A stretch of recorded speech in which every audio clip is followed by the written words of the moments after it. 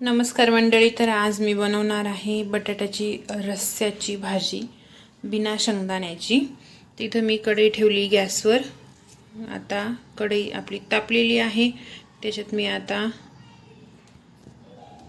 तेल टाकून घेणार आहे.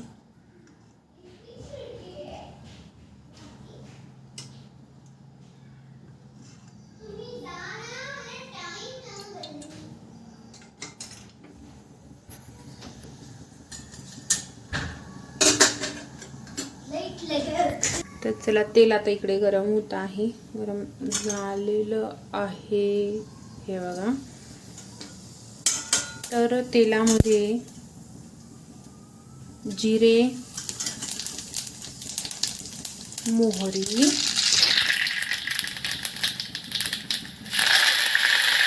कढीपत्ता,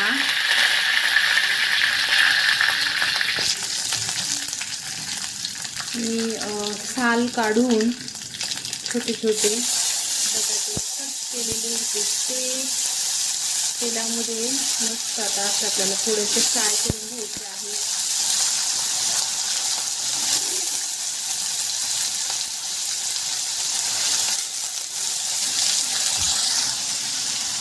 थोडा वेळ फ्राय द्यायचे.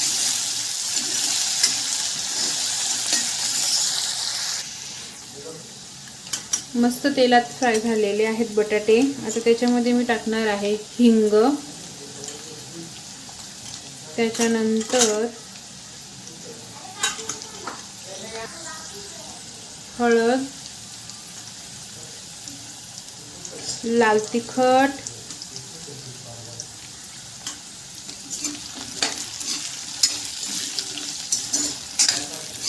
झणझणीत मस्त असं बटाटा बनवायचा आहे रश्श्याचा. लाल तिखट सगळ्या बटाट्यांना लागलेला आहे. आता याच्यामध्ये आपण इकडे मी पाणी गरम करत ठेवलेलं आहे. ते पाणी आता याच्यात ओतणार आहे. आपल्याला जेवढा रस्सा पाहिजे तेवढं पाणी मी ओतून घेणार आहे.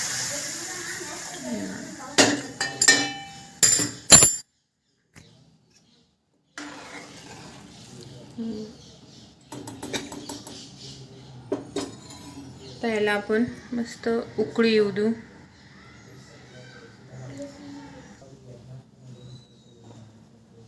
चवीनुसार मीठ,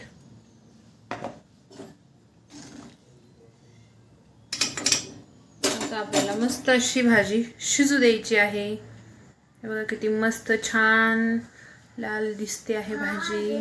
मस्त अशी भाजी शिजत आहे. याच्यामध्ये आपण आता कोथिंबीर घालून घेऊ.